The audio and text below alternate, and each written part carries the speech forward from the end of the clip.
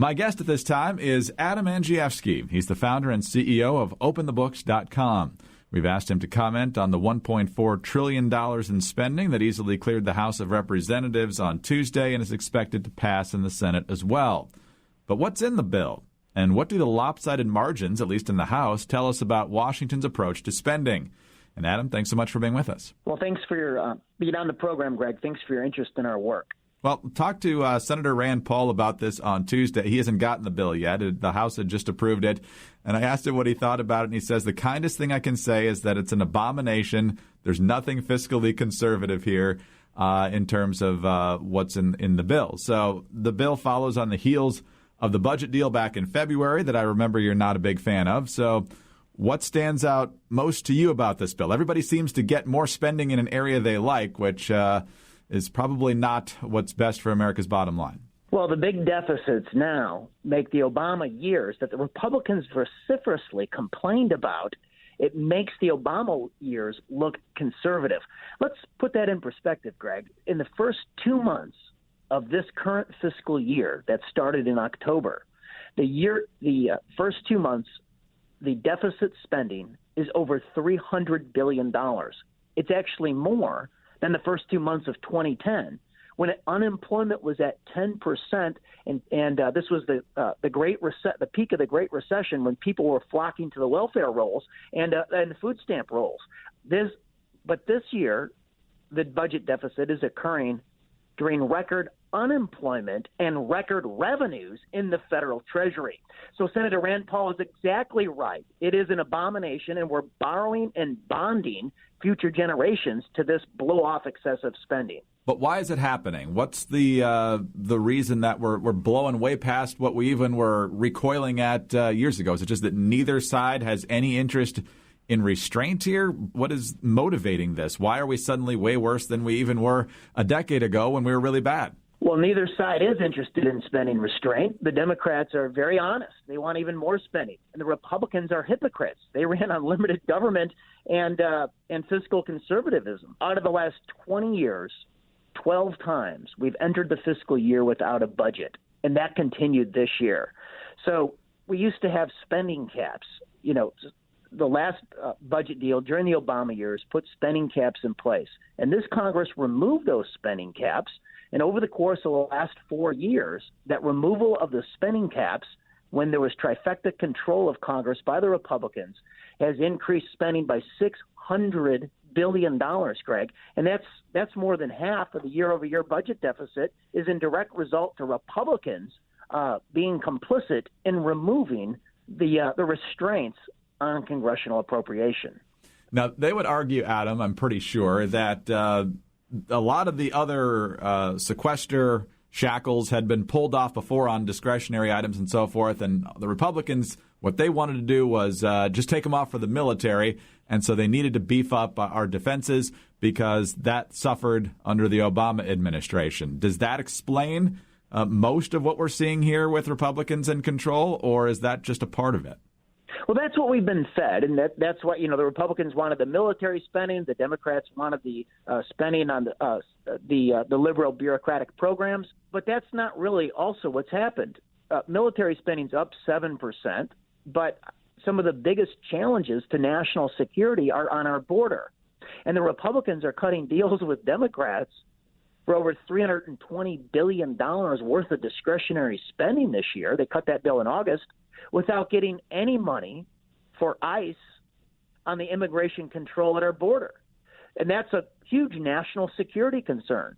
So although the Republicans are funding the Department of Defense, other national security items of tremendous importance, like border security, the Republicans aren't putting political capital behind it. It's kind of mystifying.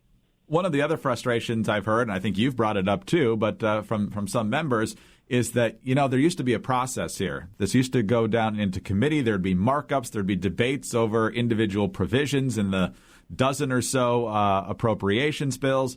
And that doesn't really happen anymore. We get continuing resolutions where everything stays the same, or we get the leaders from both parties basically hammering out a deal among a few members of 535 people elected to represent us all in Washington, and we get these omnibus bills, and there's never really any effort to scale back. How big of a factor is that? Well, it's a big factor, and Greg, what you've described is what used to be called the process used to be called as regular order. And under regular order, there would be some discipline built into the system, some transparency. You mentioned at the start of the program that U.S. Senator Rand Paul, he's just getting the legislation now on his desk to read before the Senate's expected to pass it. And this is no way to run a government. Yeah, and there's probably not too many chances for amendments, so it's up or down, and a lot of folks haven't had a chance to read it. So, and think about this, Greg. Think about this. This Congress fights about everything except spending. They privately agree to these massive spending bills with little public transparency, little debate, and little disclosure before they all privately agree to spend our money. Now, critics, particularly on the left, Adam, would say, well, I'll tell you the reason you're getting trillion-dollar deficits now.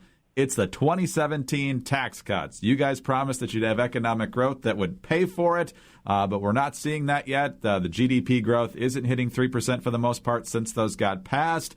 The deficits would be much smaller otherwise. I told you so. What does your research show? Revenues are at record highs, but spending was increased even more dramatically than the increase in revenues. And so that's where we're at. That's where you get the trillion-dollar deficit. You've got record highs. We've never seen so much money from taxpayers flowing into Washington, D.C. But the members of both parties, they can't spend all of it and more fast enough.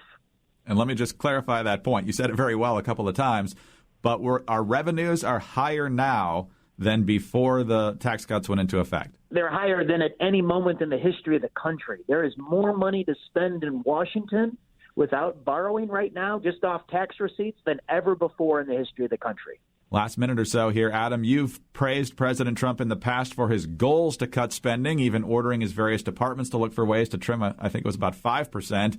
But in the end, he ends up signing these bills. The last one back in February, he seemed to be in a bit of anguish over it, but he signed it nonetheless, and he's expected to sign this bill. So what could he or Congress do in 2020 to prove they're serious about it?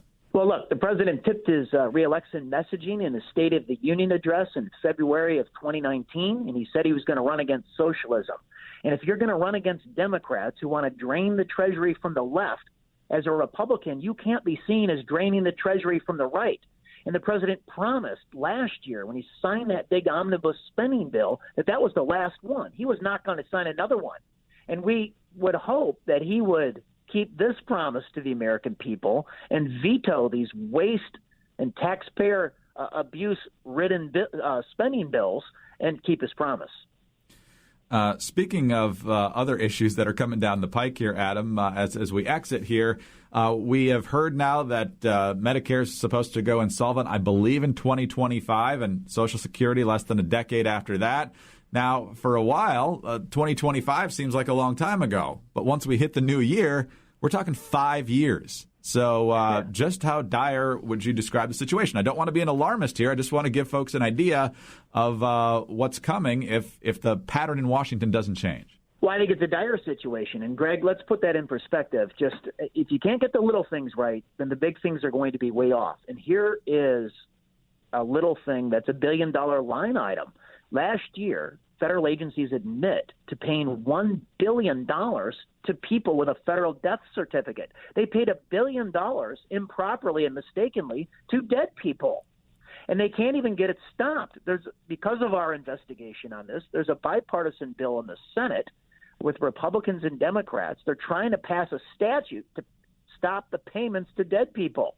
There are 2 million people with active Social Security numbers aged 112 and older. Here's the problem. There's only 40 people in the entire world aged 112 and older. And last year, $10 billion was admitted to by the Social Security Administration of improperly and mistakenly paid that went out the door. I mean, we can't even pay the people who should receive the money properly and stop the payments to those people who aren't supposed to be receiving the money.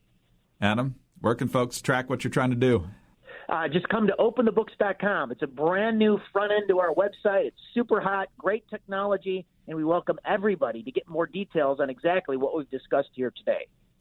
Adam, appreciate your insights and your data. Merry Christmas, and we'll talk to you in the new year. Merry Christmas, Greg. Adam Andrzejewski is founder and CEO of openthebooks.com. It really is that simple, openthebooks.com. I'm Greg Columbus reporting for Radio America.